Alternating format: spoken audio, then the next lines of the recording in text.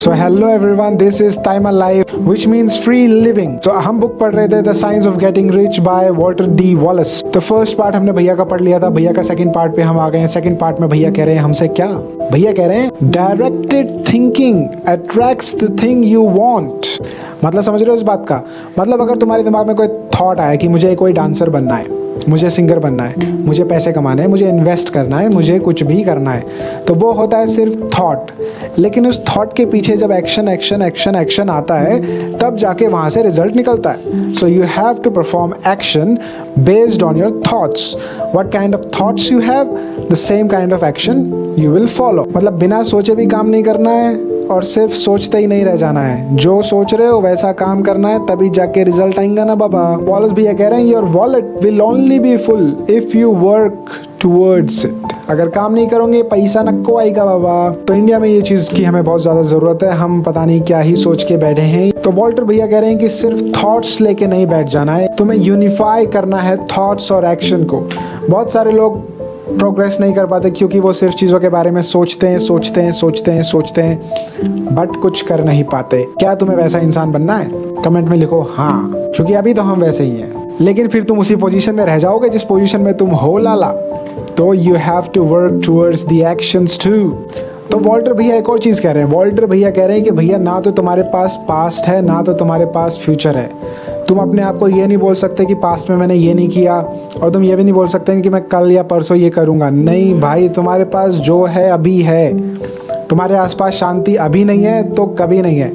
You have to listen to your thoughts और काम करो उस पर। तो ढूंढो वो स्पेस, ढूंढो जिन स्पेस में तुम काम कर सकते हो और स्टिक टू इट। अगर तुम अपने प्रेजेंट को नहीं समझ पा रहे हो कि अपने प्रेजेंट को मैं कैसे यूटिलाइज करूं, तो भैया तुम पास्ट और फ्यूचर में ही खेलते रह जाओगे और बकरी कोई और ले जाएगा। वॉल्टर भैया कह रहे मैं नहीं कह रहा। You will become weak with a divided mind. तुम्हारा दिमाग बटा हुआ होगा कि पास्ट में ये नहीं हुआ, फ्यूचर में ये नहीं होगा। प्रेजेंट में आओ ना भाई, प्रेजेंट में। और एक बार तुम्हारे दिमाग में कोई थॉट आ गया तो उस पर काम करो भाई। अगर तुमने ये सोच लिया कि अब नहीं करते हैं बाद में करेंगे, तो वो कभी नहीं होने वाला। तो वॉल्टर भैया ने एक 100% की बात कही। अब इस बात को ध्यान से सुनो, कुछ भी करो, ये बात बहुत ज्यादा इंपॉर्टेंट। वॉल्टर भैया कह रहे हैं कि तुम्हारे दिमाग में कोई थॉट आया, ठीक है, तुम्हें वो काम करना है। तुम्हें वो काम सिर्फ इसलिए नहीं करना for the sake of doing it.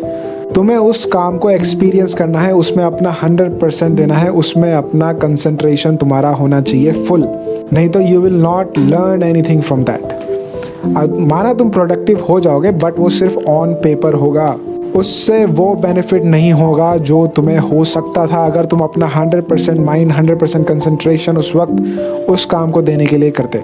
ठीक है, तो मुझे नहीं पता मैं कितने अच्छे से इस चीज़ को समझा पाया, बट एक बात समझो तुम किसी कार वॉश में गए, तुमने अपनी कार दी वॉश करने के लिए, है ना, और सपोज वो ऑटोमेटेड नहीं है, वहाँ पे मैनुअल लेबर है जो काम कर रहा है। क्या वो बंदा उस कार को उतने प्यार से धोएगा अगर वो तुम्हारी खुद की कार और तुम्हारे पास खुद के पास रिसोर्सेज हों और तुम खुद धोने बैठोगे? तो क्या तुम अपनी कार को बहुत ज़्यादा अच्छे से नहीं धोगे?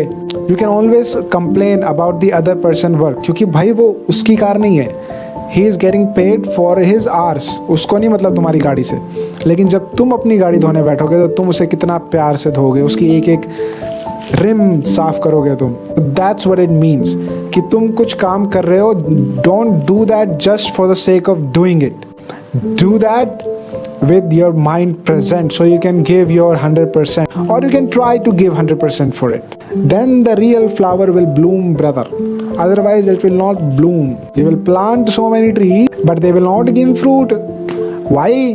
Because there is something missing. You have to put certain things, you have to put certain efforts to get the productivity right. Samjhe lala? This was the second part of the book Science of Getting Rich by Walter D. Wallace. हम मिलेंगे third part में जल्दी ही, तो तब तक के लिए take care, love you, subscribe, comment, like guys, whatever you want to do it.